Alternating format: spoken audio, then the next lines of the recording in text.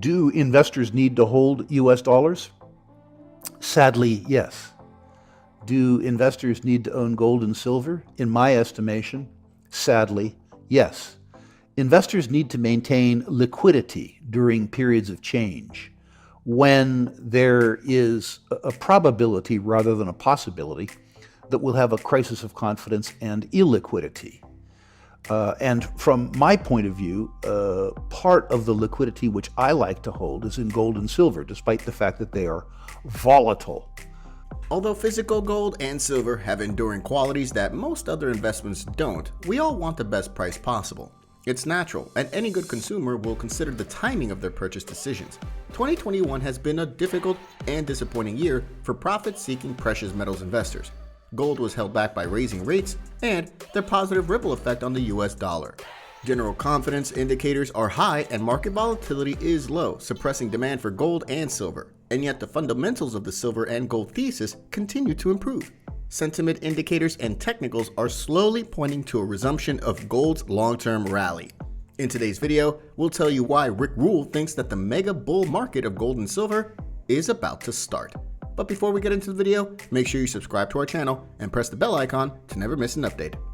Precious metals have been hit hard in recent weeks, but it takes what is happening in the global macro world for a real bull market to start in gold stocks, and silver. Recently and historically, every major move in precious metals has been around a significant correction or bear market in equities.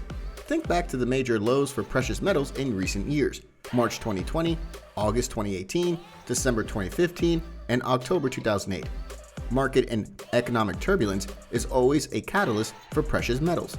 Someone who's projecting part of their future in a commodity bull market needs to understand that it will not be direct, it will not be a stairway to heaven, and there will be a lot of volatility. Despite the fact that having cash in any currency reduces your purchasing power, you need to have a lot of cash, and the negative real interest rate it suffers should be considered an insurance premium and an option premium.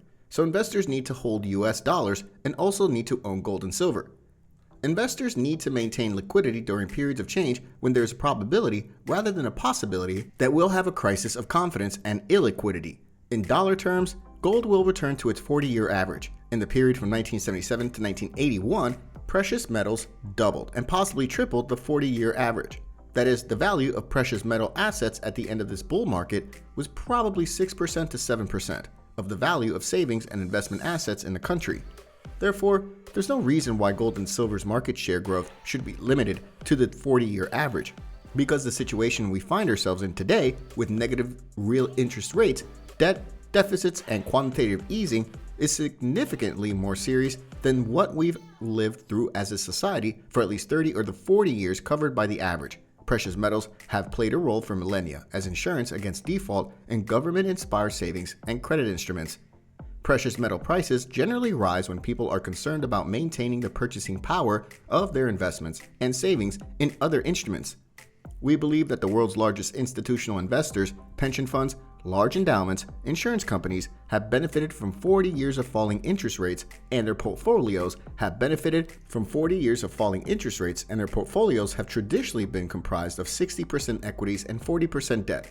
Long-term debt benefits more from lower interest rates. We don't think all that money is going to flow into gold. We think enough is going to flow into precious metals. That precious metals at least regain market share. That would suggest an average of 40 years, that is, between 1.5% and 2% of the total value of savings and investment assets in the US. If that were to happen, we think you would see a spectacular bull market. History shows that gold may hit new highs as the Fed begins to ease financial conditions. The Fed should relax later this year when the economy recovers and stock market trends head for a lower low. This is when the precious metals will fully decouple. If you are careful but optimistic, there is a tremendous amount of money to be made in bull markets, and I would suggest that this one has a long, long way to go. Gold isn't that, it's payment.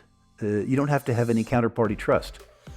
It is at once a store of value and a medium of exchange, and I'm not saying that gold is going to drive US dollars out of circulation. All I'm trying to say is that in dollar terms, gold is going to revert to its 40-year mean.